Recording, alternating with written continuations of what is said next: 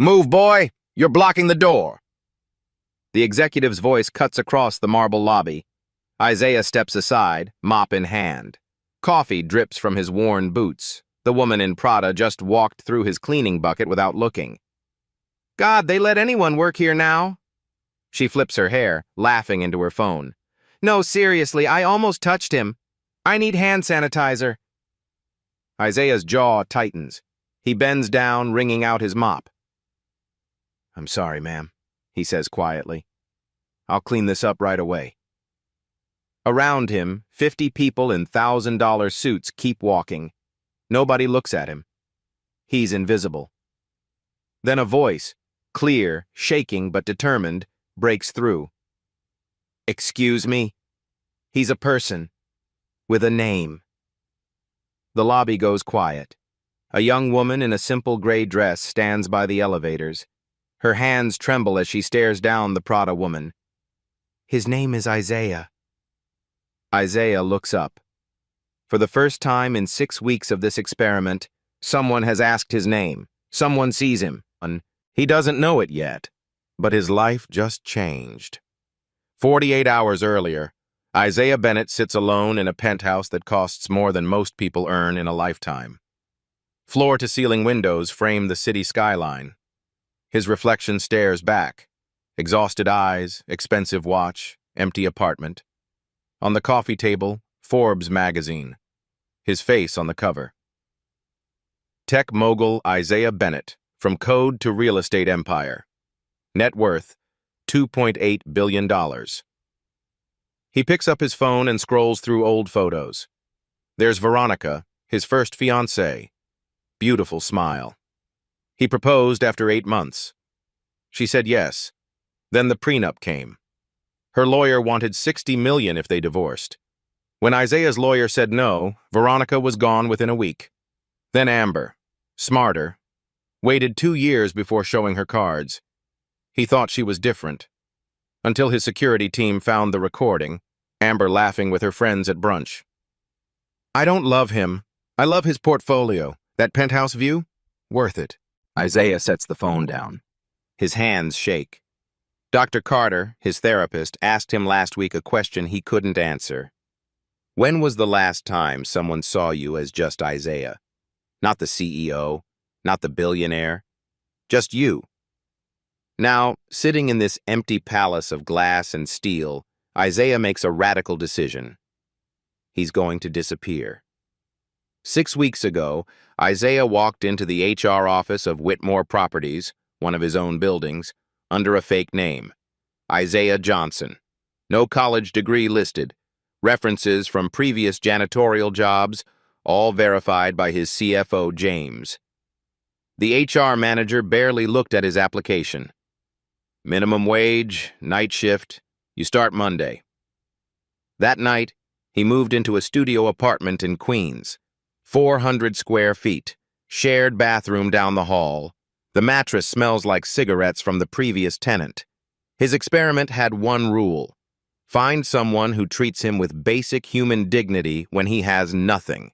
No money, no power, no status, just Isaiah. The first week was educational. People don't see janitors. They walk through you like air. Isaiah learned to move his cleaning cart out of the way before executives even noticed it was there. He learned the specific tone of voice people use when they want you to disappear. Not rude exactly, just blank. The second week, things got worse. A man in a suit dropped his coffee cup on purpose. Didn't spill, just set it on the floor next to the trash can. Looked straight at Isaiah. Walked away. Isaiah cleaned it up. That's the job. Week 3 brought jokes. Hey! Bet this guy's got a better credit score than you, Tom. Laughter in the break room. Isaiah was mopping right outside. They knew he could hear. That was the point. Week 4 brought something uglier. Someone wrote on the bathroom wall. The words were specific and racist. Isaiah reported it to building management. They painted over it. Nobody ever asked who wrote it. Week 5, Isaiah started keeping a notebook, tracking every interaction on a simple scale. Did this person acknowledge my humanity? Yes or no? 53 people tested, 53 failures. Then came week 6. Then came this morning. Then came Lily Morrison, standing in that lobby, saying his name like it mattered. Now Isaiah sits in his real penthouse. After every shift, he returns here, showers, puts on his real life like a costume, and opens his laptop. He pulls up the employee database and types her name. Her file appears. Age 28, hired 2 years ago. Salary $42,000 a year. Performance reviews, meets expectations. Nothing special, nothing outstanding, just average. But there's a note from 6 months ago. She declined a promotion. Reason: need to care for sick family members. Cannot commit to additional hours at this time. Isaiah clicks through to her emergency contact. Susan Morrison. Mother. He shouldn't dig deeper. This violates every privacy policy he wrote for his own company. He digs deeper anyway. Susan Morrison has multiple sclerosis, medical bills in collections. Lily's paycheck is garnished 15% every month. Isaiah closes the laptop and stares at the city lights. James, his CFO, calls. So, day 43. Any progress? Isaiah thinks about Lily's hands, how they shook when she defended him, how she looked the Prada woman straight in the eye and didn't back down. Maybe, Isaiah says. I need to be sure. Brother, you've tested 800 employees across 6 buildings. This woman is the first person who's passed. What more do you need? Isaiah doesn't have an answer, just a feeling, something fragile and terrifying, like hope.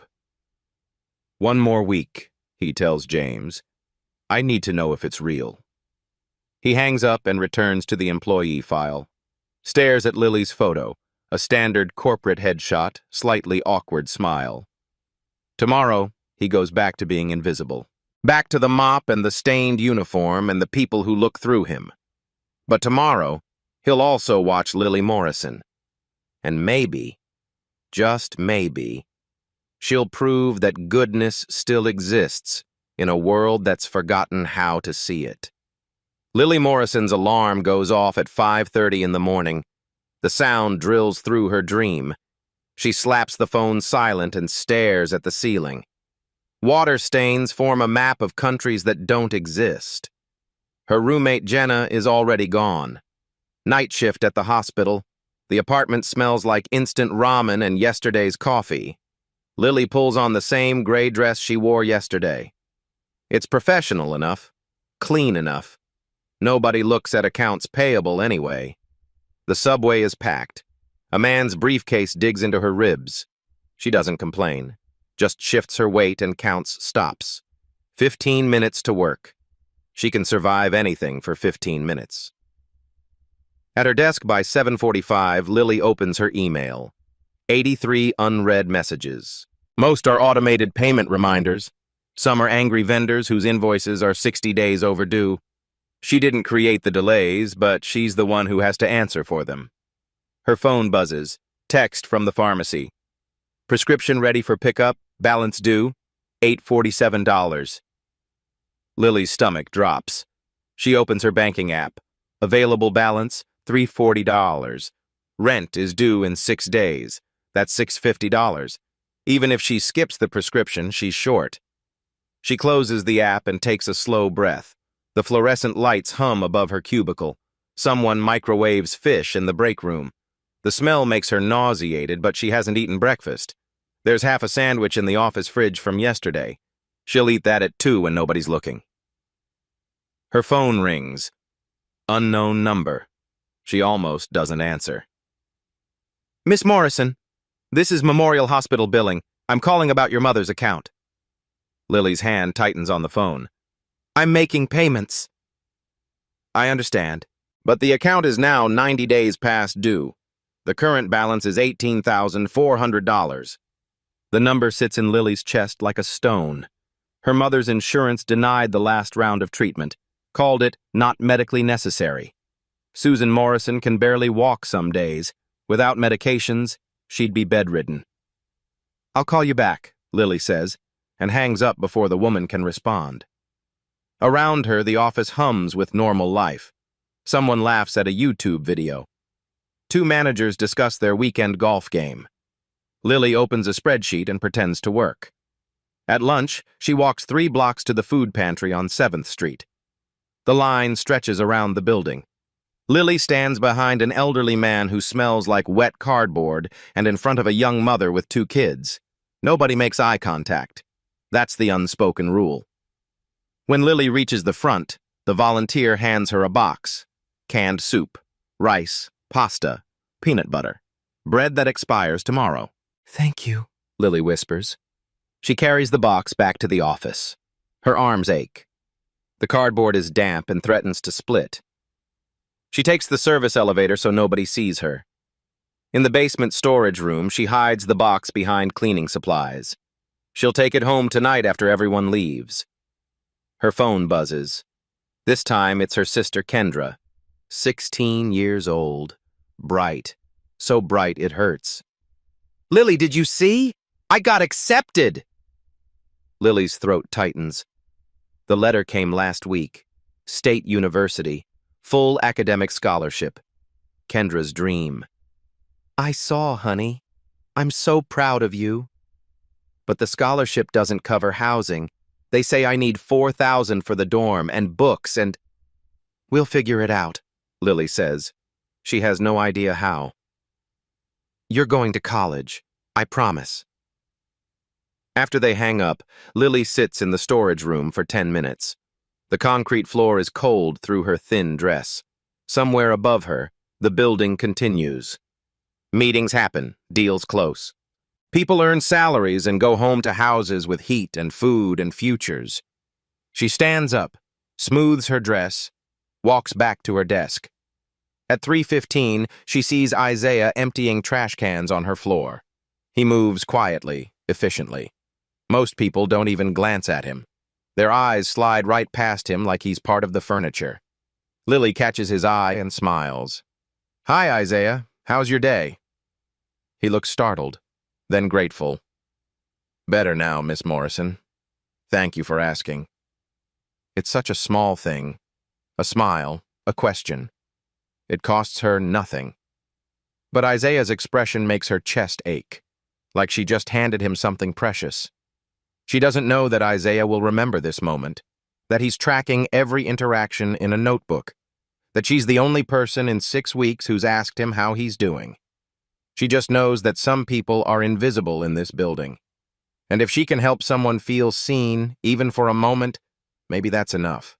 The next morning, Lily arrives at work and something feels different. The security guard at the front desk, Marcus, who usually just waves her through, stops her. "Miss Morrison? Someone left this for you." He hands her a small envelope, cream-colored, heavy paper, no return address. Lily opens it in the elevator. Inside, 8 $100 bills and a handwritten note on plain white paper. "For your mother's medication. From someone who sees your kindness." Her hands start shaking. $800. Exactly what the pharmacy said she owed. She reads the note 3 times. The handwriting is neat, careful, masculine. Who would do this? Who even knows about her mother? The elevator doors open. Lily steps out but doesn't go to her desk. Instead, she walks the floor, looking at faces, trying to find someone who might have left it. Everyone is buried in their screens. Nobody looks up. At lunch, she sees Isaiah in the cafeteria. He's on break, sitting alone at a corner table with a vending machine sandwich and a bottle of water. The table wobbles when he sets down his food. Lily makes a decision. She buys 2 coffees and walks over. "Mind if I sit?" Isaiah looks up, surprised. His eyes widen slightly. Around them, conversation dips. People glance over, then away. "Of course, Miss Morrison, please." Lily sits down. The plastic chair creaks. She slides 1 coffee across the table. "I got you this. Thought you might need it." Isaiah stares at the coffee like she just handed him gold. You didn't have to. I wanted to. Lily wraps her hands around her own cup. The warmth seeps into her palms. Can I ask you something? Anything. How do you do it? Stay so calm? People here. She trails off, not sure how to finish. Isaiah is quiet for a moment. He takes a sip of coffee, and something passes across his face. Relief.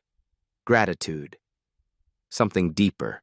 I've learned that people show you who they are when they think you don't matter, he says. His voice is soft but clear. The ones who treat you well anyway? They're rare. Worth holding on to. Lily feels something shift in her chest. This man, this janitor in a stained uniform, speaks like he's seen things, lived things. There's wisdom in his eyes that doesn't match his job title. I think you matter, she says quietly. Isaiah's hand pauses on his coffee cup. For a moment he looks like he might cry. Then he smiles. Thank you, Miss Morrison. That means more than you know. Across the cafeteria, Cassandra from HR watches them. She leans over to her lunch companion and whispers something. They both laugh. Lily catches the tail end. Slumming it with the help. Lily's face burns, but she doesn't move, doesn't leave. She stays right where she is and asks Isaiah about his day. They talk for 20 minutes. He tells her about growing up in Chicago, about his grandmother who raised him, about learning early that hard work matters, but kindness matters more. Lily tells him about Kendra, about her mother's MS, about trying to keep everything together with duct tape and hope. When Isaiah's break ends, he stands and picks up his trash. Miss Morrison, thank you for the coffee and for... He gestures vaguely at the table, the conversation, the simple act of sitting with him. For seeing me. After he leaves, Lily sits alone for a few minutes. The coffee has gone lukewarm. Around her, the cafeteria buzzes with 100 conversations. But all she can think about is Isaiah's eyes, the way they lit up when she sat down, like she'd given him something priceless. She doesn't know that in his notebook tonight, Isaiah will write, Day 44. Lily Morrison sat with me at lunch, bought me coffee, talked to me like an equal. Real? Yes. I think she's the one. And she just knows that for the first time in months, sitting in that wobbling chair in that crowded cafeteria, she didn't feel quite so alone. 3 days later, the cafeteria is packed. Lunch rush. The smell of reheated pizza and burnt coffee fills the air. Lily sits with Jenna near the windows, picking at a salad she brought from home. Across the room, Isaiah wipes down tables. His movements are methodical, practiced. He's invisible again. People set down their trays and walk away, leaving spills and crumbs for him to handle. Then Derek Morrison walks in, Vice President of Marketing, 38 years old, $500 haircut, a watch that costs more than Isaiah's yearly salary as a janitor. Derek is loud. He's always loud. Right now he's complaining about the valet service to his 2 companions. I'm serious. They scratched my Tesla. A Tesla. Do you know what that costs to fix? His friends laugh on cue. They grab their food and sit at the center table, the best table. Everyone knows it's Derek's table. Isaiah is cleaning 2 tables away. Quiet. Efficient. Derek notices him and something shifts in his expression. A smirk. Like he just thought of something hilarious. Hey, boy! The cafeteria doesn't go completely silent, but it gets quieter. Conversations dip. People glance over. Isaiah straightens up. Turns. Yes, sir? Yeah, you. Come here. Take out my trash. Derek hasn't eaten yet. There is no trash. His tray sits in front of him, untouched food still wrapped. Isaiah doesn't move for a second. Then he starts walking over. Lily's hand freezes on her fork. Jenna whispers, "What is he doing?" Derek pushes his chair back, sprawling, taking up space. He points at the trash can 15 feet away. Actually, you know what? Take the whole can out. It's probably full. That's what we pay you for, right? One of his friends snickers. Dude, the can's not even full. Derek grins. Don't care. Boy, I gave you an order. The word hangs in the air. Boy, not man, not sir, not even excuse me. Boy. Lily's face goes hot. She looks around the cafeteria. 50 people. 50 people watching this happen. Nobody says anything. Isaiah reaches for the trash can. His jaw is tight. His hands are steady. And Lily stands up. Her chair scrapes loud against the tile. Jenna grabs her arm. Lily, don't... But Lily is already walking. Her heart hammers against her ribs. Her hands shake, but she keeps them at her sides. She stops at Derek's table, looks him straight in the eye. His name is Isaiah. Derek looks up, confused at first, then amused. Excuse me? His name is Isaiah, not a boy. Isaiah. The cafeteria is quiet now. Actually quiet. Phones are recording. Lily can see 3 people with their cameras out. Derek leans back in his chair, crosses his arms. And you are? Someone who thinks you can walk 15 feet to that trash can yourself. Derek's smile disappears. His friends exchange glances. One of them looks uncomfortable. You're kidding, right?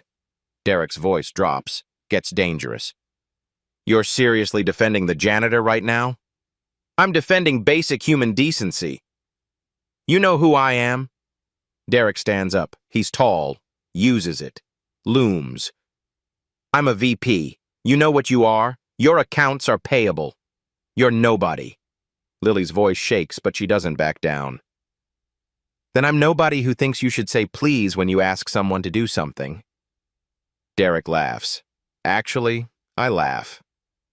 Oh my God, this is insane. You want to get fired for defending the help? I want to work somewhere that treats all employees like human beings. If that gets me fired, so be it. For a long moment, nobody moves. Derek stares at Lily. Lily stares back. Her knees feel weak, but she doesn't sit down. Isaiah stands there, hands still on the trash can, frozen. Then Derek picks up his tray, walks to the trash can himself, dumps it. The crash of dishes echoes. He walks past Lily without looking at her, but as he passes, he says quietly, "You just made a big mistake." His friends follow. The cafeteria erupts in whispers. Lily's legs finally give out. She sits down hard. Jenna grabs her hand. Are you insane? That was Derek Morrison. He can actually get you fired. Lily's hands won't stop shaking. I don't care. But she does care. She cares a lot. She just spent the last 2 minutes putting her job on the line for a man she barely knows. Across the cafeteria, Isaiah is still standing there. When he finally looks at Lily, there are tears in his eyes. He mouths 2 words. Thank you. Lily nods. Can't speak. Just nods. That night, Isaiah sits in his penthouse and watches the video. Someone posted it on the company's internal social media. Woman stands up to VP for janitor. 400 views already. The comments are split. Half call Lily brave. Half call her stupid. James calls. Did you see it? I saw it. She defended you in front of everyone. Put her whole job at risk. Isaiah rewinds the video, watches Lily's hands shake, watches her stand there anyway. She's real, James. This isn't an act. She's actually real. So what now? Isaiah closes his laptop, stares out at the city lights. Somewhere down there, Lily is probably terrified, probably wondering if she'll have a job tomorrow. She defended him and might lose everything. He can't let that happen. James, I need you to do something. Anonymous. Untraceable. I'm listening. Her sister, Kendra Morrison. She got into a state university. Full academic scholarship, but no housing. I need you to set up a grant. $4,000 for housing. Another $2,000 for books and expenses. Call it he thinks, the Susan Morrison Memorial Education Fund. Her mom's not dead. I know, but it sounds better. Make it look like a legitimate nonprofit. Kendra applies. Kendra gets it. No connection to me. James is quiet for a moment. You're falling for her. She stood up for me when she had nothing to gain and everything to lose. Yeah, James, I'm falling for her. After they hang up, Isaiah sits in the dark. Tomorrow he goes back to being the janitor, back to being invisible. But now he knows something for certain. Lily Morrison doesn't just see him. She's willing to fight for him. And that changes everything. In her apartment, Lily lies awake. Her phone keeps buzzing. Messages from coworkers. Some are supportive. Some warn her to watch her back. Derek Morrison doesn't forget. She should be scared. She is scared.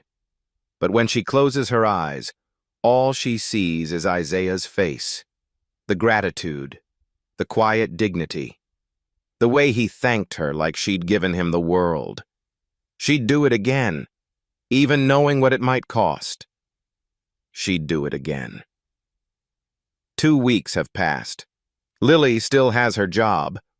Derek hasn't said a word to her, hasn't even looked at her. But she feels his presence everywhere. The way conversations stop when she enters the break room. The way her supervisor suddenly schedules check-ins about her performance. But something else happens too. Something unexpected. People start talking to Isaiah. Not many, just a few. Rosa from night cleaning sits with him during breaks. Marcus, the security guard, asks about his weekend. Small things. Tiny cracks in the wall of invisibility. And Isaiah and Lily start having coffee together. Not every day. Just sometimes. In the cafeteria during lunch. Or in the lobby before her shift. They talk about books they've read. Places they want to visit. The weather. It's easy.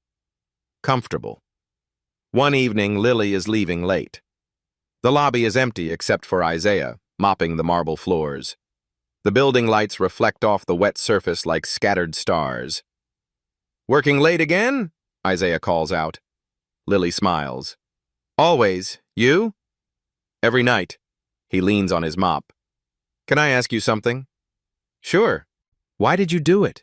In the cafeteria. You didn't have to. Lily thinks about it. Really thinks. Because it was wrong. What he did. How he spoke to you.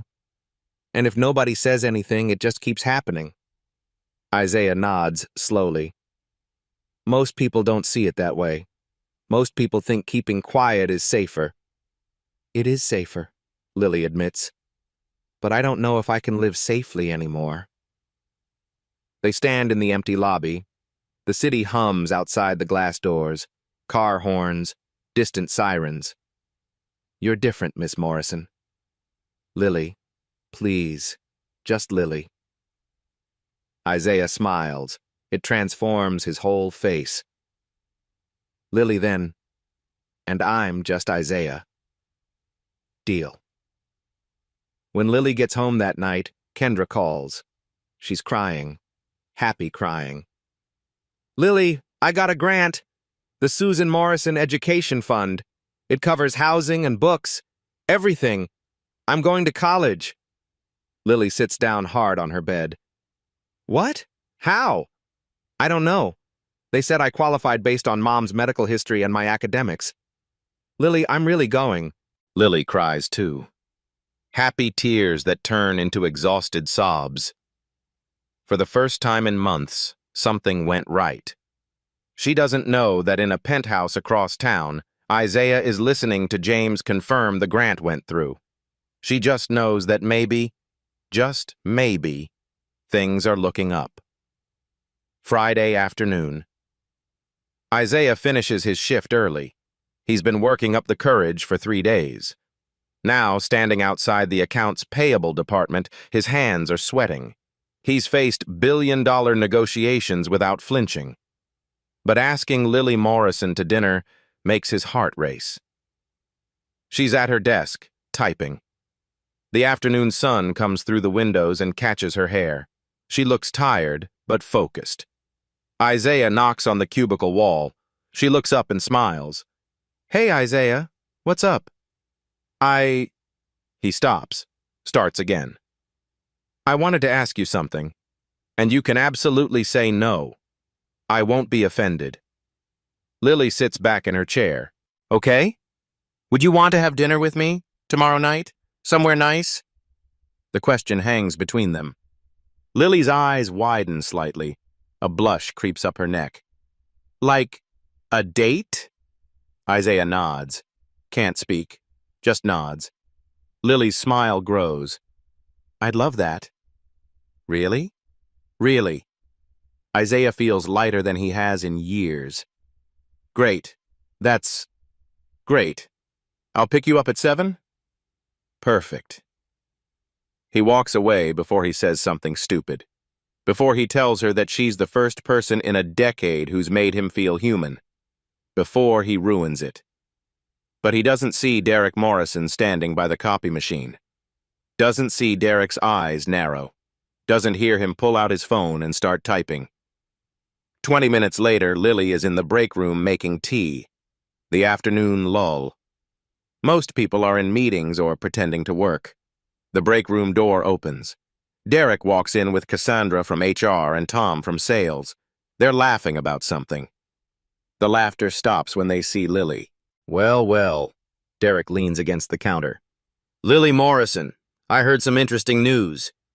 Lily's stomach tightens. She doesn't respond, just keeps stirring her tea.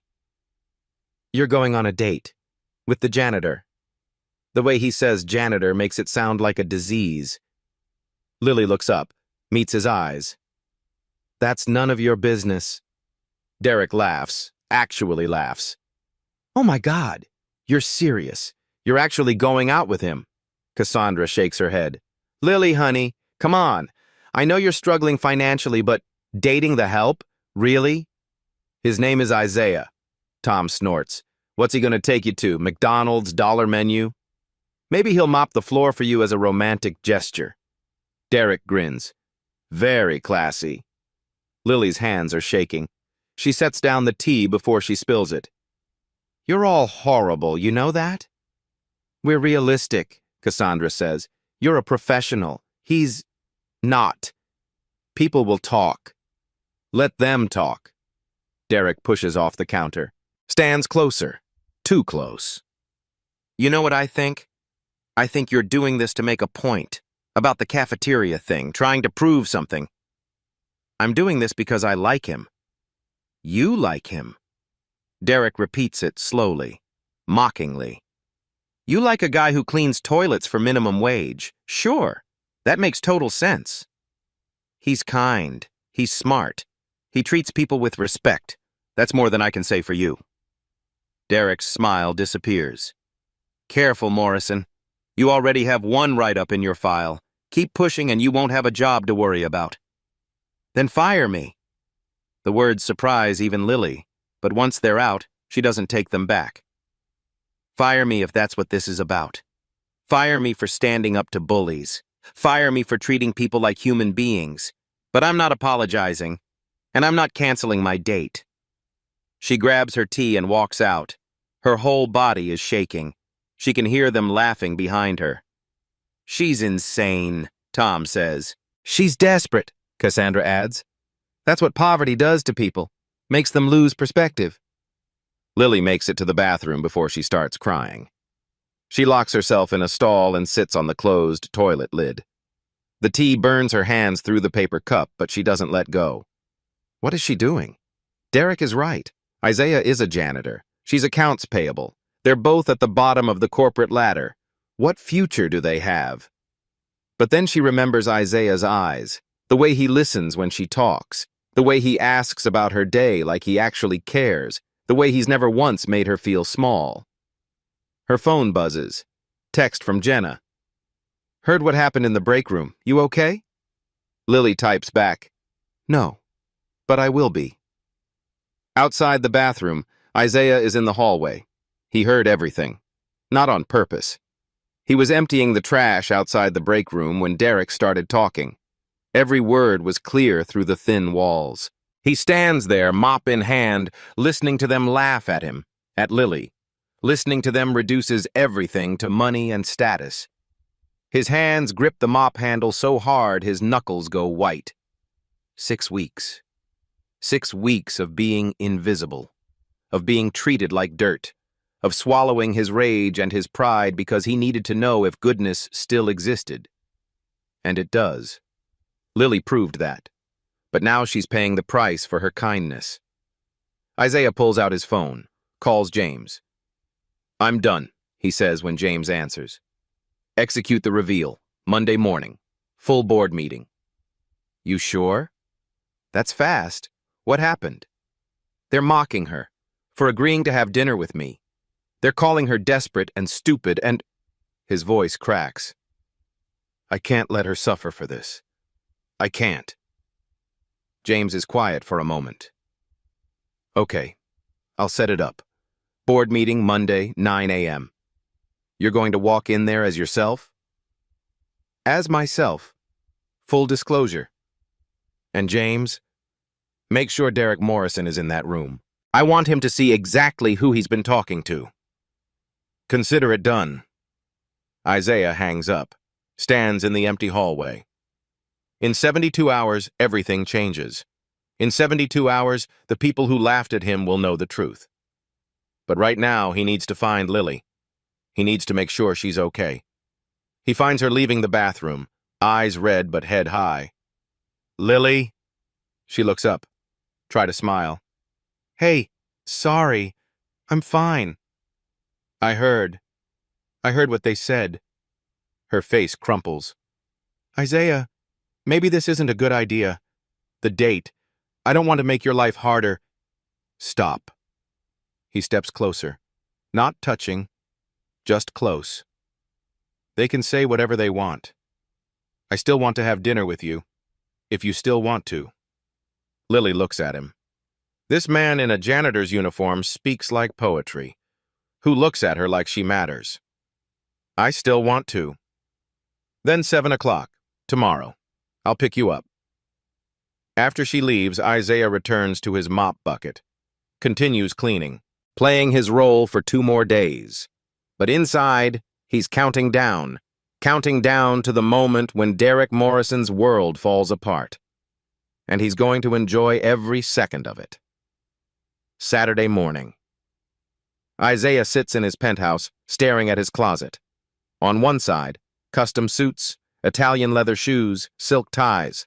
On the other, his janitor uniform, worn jeans, thrift store jacket. 2 lives, 2 versions of himself. Tonight he has to choose which Isaiah takes Lily to dinner. He calls James. I need advice. About the reveal? I've got everything ready.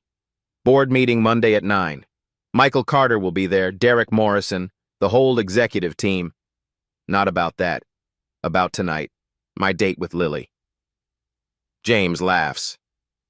You're calling me for dating advice? Man, I've been married for 15 years. I'm the wrong person. Do I tell her tonight, before the reveal? Silence. Then James says, What does your gut say? Isaiah looks at his reflection in the window. My gut says she deserves to know before everyone else does, but my heart says I'm terrified she'll hate me for lying. You didn't lie. You just didn't tell the whole truth. That's the same thing. No, James says firmly. Lying is malicious. What you did was self-protection. After Veronica and Amber? Brother, you earned the right to be careful. Isaiah runs a hand over his face. She's going to think I was testing her, like she's some experiment. Then explain it. Tell her the truth, all of it. Trust that the woman who stood up to Derek Morrison is strong enough to understand. After they hang up, Isaiah makes his decision. He'll tell her. Tonight. before the reveal. She deserves that much. He showers, shaves, puts on dark jeans and a simple button-down. Nice, but not too nice. He doesn't want to break character yet. Not until they're alone and he can explain everything. At 6:30, his driver drops him 3 blocks from Lily's apartment. He walks the rest, hands in his pockets, rehearsing what he'll say. Her building is old, brick facade, cracked sidewalk, graffiti on the entrance door. He climbs 3 flights. The hallway smells like cooking oil and old carpet. He knocks on apartment 3C. Lily opens the door and Isaiah forgets how to breathe. She's wearing a simple blue dress, nothing expensive. But her hair is down and she's smiling and she looks nervous and beautiful and real. "Hi," she says. "Hi." Isaiah can't stop staring. "You look... wow," she blushes. "It's just a dress." It's not just a dress. They stand there, awkward and sweet. Then Lily grabs her purse. "So where are we going?" Isaiah has reservations at 3 different restaurants. One is 5-star on the Upper East Side. One is cozy Italian in Brooklyn. One is a diner with the best pie in the city. He can't take her to the 5-star place. Not yet. Not while he's still pretending. "How do you feel about pie?" he asks. Lily grins. "I feel very positively about pie." They take the subway. Isaiah insists on paying for her Metro card, $2.75, but Lily argues anyway. They compromise. She'll pay next time. Next time. The words make Isaiah's chest warm. The diner is small and loud and perfect. Red vinyl booths, checkered floors, a jukebox playing Motown. They slide into a booth near the window. A waitress brings menus. "What can I get you folks to drink?" "Coffee," Lily says. "Please." "Same," Isaiah adds. When the waitress leaves, Lily leans forward. "Can I tell you something?" "Anything." "I was so nervous. I almost canceled 3 times. Isaiah's eyebrows raise. "Why?" "Because..." She hesitates. "Because people talk. At work. They think I'm crazy for going out with you. They think I'm desperate or making a statement." Isaiah's jaw tightens. "And what do you think?" Lily meets his eyes. "I think they're idiots. I think you're the first person in years who's made me feel like I matter. Not because of what I can do for you, just because." Isaiah reaches across the table, takes her hand. Her fingers are cold and small and they fit perfectly in his. "Lily, I need to tell you something." She squeezes his hand. "Okay." "Not here. After dinner. Somewhere we can talk privately. But I need you to know, everything between us is real. My feelings are real. There's something you should know about me." Lily's face shifts. Concern. Maybe fear. "Are you married?" "What? No. God, no." "Okay. Then whatever it is, we'll figure it out." The waitress brings coffee. They order burgers and pie. The conversation flows easy. They talk about Kendra's college plans, about Lily's mother, about dreams they've both put on hold. Isaiah wants to tell her right now, wants to confess everything. But for 1 more hour, he wants to be just Isaiah. The man across from Lily Morrison in a diner booth. The man who makes her laugh.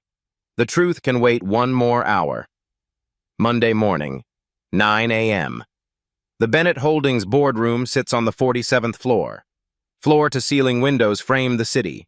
A mahogany table stretches 20 feet, surrounded by leather chairs that cost more than most people's cars. 12 board members file in. Michael Carter, CEO of Whitmore Properties, takes his seat. He's nervous. The agenda said emergency ownership review but gave no details. Derek Morrison sits 3 chairs down. He's in his best suit, thinks this might be about a promotion. Cassandra from HR is here. Tom from sales fidgets with his pen. James walks in first. Tall, confident, carrying a leather portfolio. Good morning. Thank you for coming on short notice. Michael leans forward. James, what's this about? Your email said the primary shareholder wanted to address the board directly. That's correct. James checks his watch. He'll be here in 2 minutes. Derek smirks. The mysterious Mr. Bennett. Finally going to grace us with his presence? James doesn't smile. Yes, finally. The room goes quiet. The primary shareholder has been a ghost for years. Silent investor. Nobody's ever met him. Just signatures on documents and wire transfers. The door opens. Isaiah walks in. Not in a janitor's uniform. In a charcoal Tom Ford suit that fits perfectly. A Patek Philippe watch catches the light. His presence fills the room. The board stands automatically. Protocol.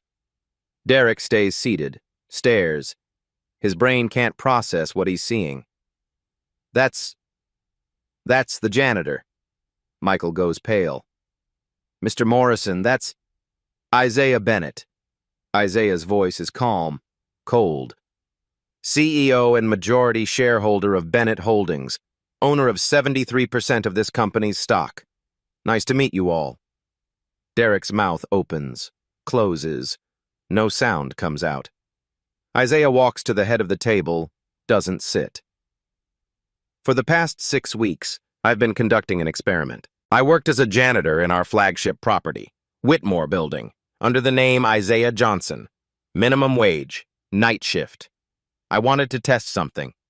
How do our employees treat people they perceive as beneath them?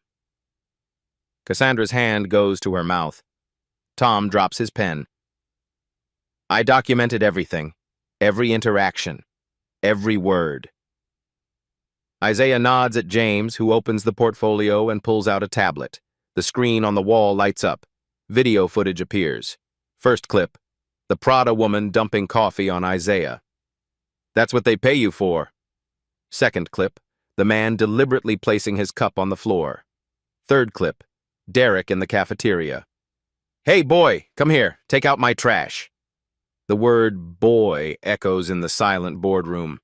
Derek's face drains of color. Wait, I didn't know. You didn't know I was your boss? Isaiah's voice cuts like a blade. That's the problem, Derek. You knew I was a human being. You just didn't think I mattered. More clips. The jokes. The bathroom graffiti. Someone deliberately bumping Isaiah. Then the cafeteria confrontation. Full video. Derek calls Isaiah boy, demanding he take out trash that didn't exist. And then Lily standing up. His name is Isaiah. The board watches as Lily defends him. Watches Derek threaten her job. Watches her walk away with her head high. Lily Morrison, Isaiah says quietly. Accounts payable. $42,000 a year. Medical bills in collections. She had everything to lose. And she stood up anyway. He advances the footage. The break room. Derek and his friends mock Lily. The janitor asked you out? What's he gonna take you to, McDonald's? Cassandra's voice. Know your league, Lily. Tom's laughter. The video stops. The screen goes black. Isaiah turns to Derek. 800 employees. I tested them all over 6 weeks. One person passed. One. And you tried to destroy her for it. Derek's hands shake. Mr. Bennett, I apologize. I had no idea. You had no idea who I was, but you knew what you were doing. Isaiah walks around the table, stops behind Derek's chair.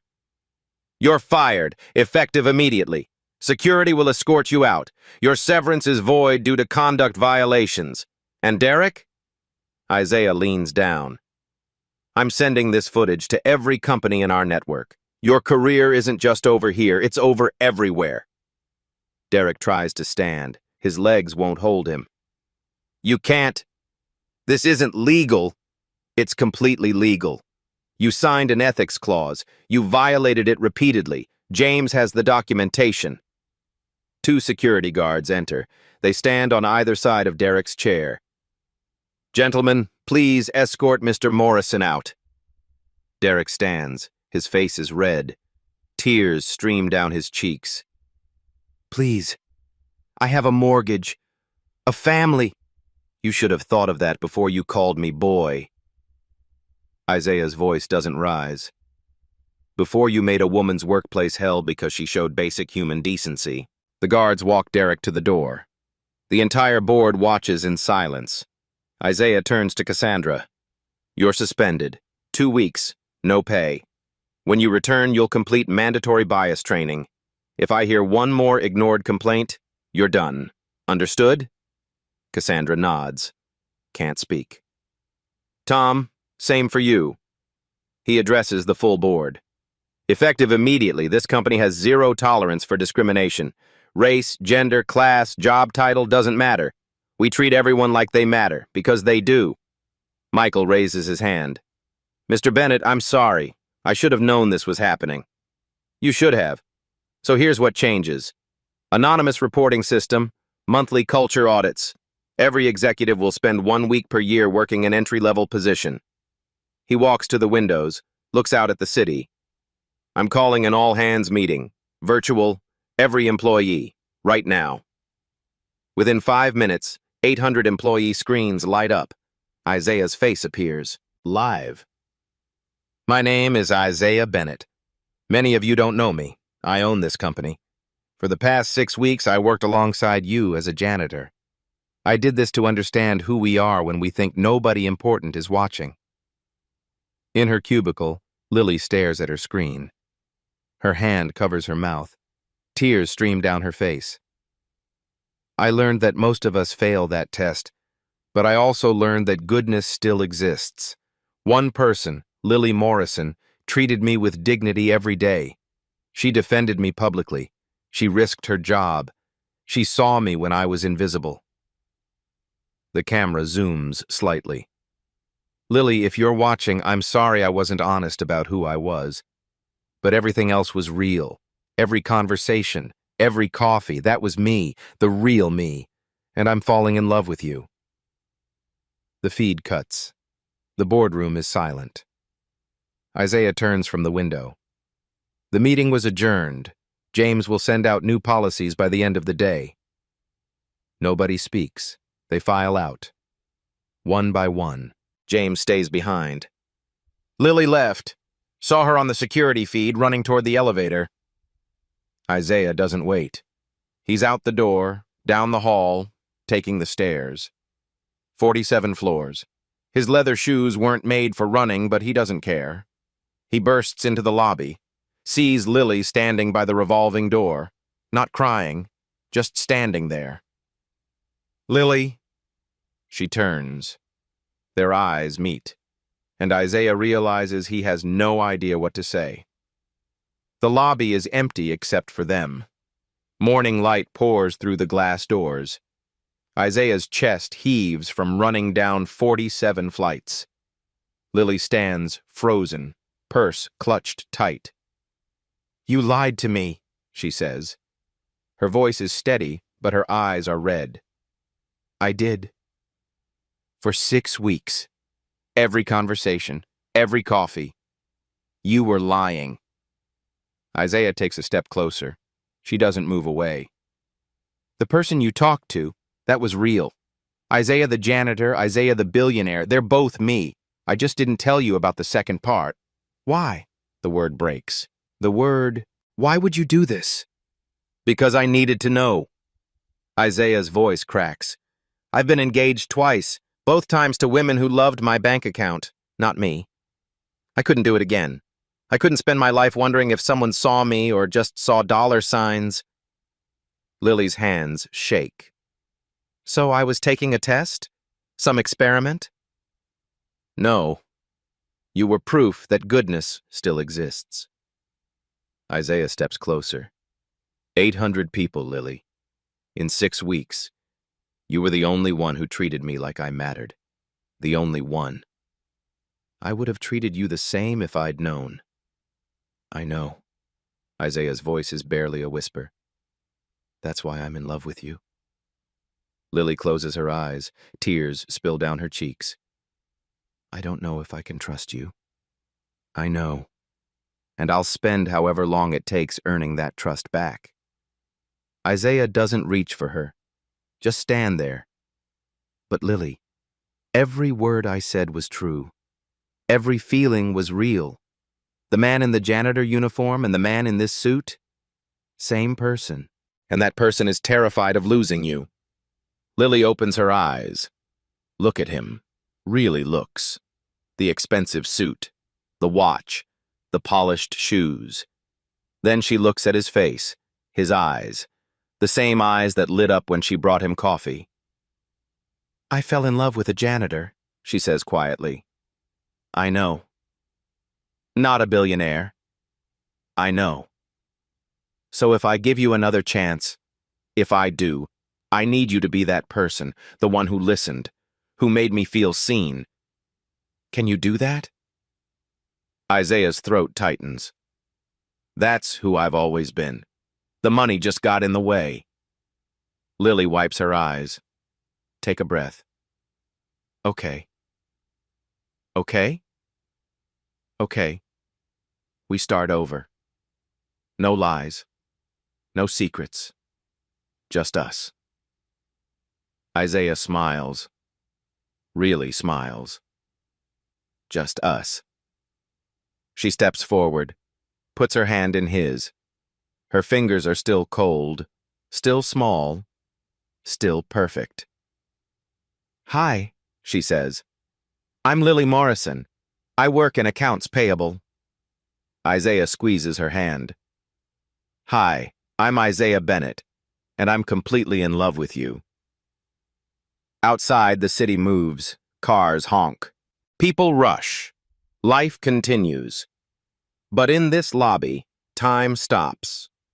Two people who found each other in the most unlikely way stand hand in hand. Starting over. Starting fresh. Starting honest. 6 months later. Isaiah and Lily stand in the lobby of Whitmore Building, the same marble floors, the same revolving doors. But everything feels different now. They're here to meet the new janitor, Miguel, 22 years old, nervous. It's his first week. Lily walks up to him as he empties a trash can near the elevators. Hi, I'm Lily. What's your name? Miguel looks up, surprised. Miguel, ma'am. Nice to meet you, Miguel. You're doing great work. Isaiah extends his hand. I'm Isaiah.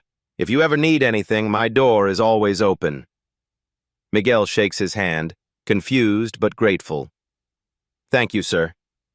As they walk away, Lily slips her hand into Isaiah's. She's wearing a simple engagement ring now. Nothing flashy, just perfect. You think he knows? She whispers. That I used to do his job? Probably not, but maybe someday we'll tell him. They step through the revolving doors into the morning sunlight. Isaiah's company has changed. New policies, fair wages, respect woven into every interaction. It's not perfect, but it's better. Lily looks up at him. Ready for the board meeting? With you? Always. She's not just his fiancée now. She's director of employee relations. Earned the position through her work, not his name. The board respects her. The employees love her. As they walk toward the car, Isaiah thinks about that morning 6 months ago, when he was invisible, when one woman saw him anyway. True character shows when you think no one important is watching. But here's the secret. Everyone is important. The janitor, the CEO, everyone. Lily taught him that, and now, together, they're teaching it to the world. One person at a time. When was the last time you saw someone? Really saw them? Share this story if you believe kindness changes everything. Subscribe to Black Tales for more stories of love, justice, and second chances.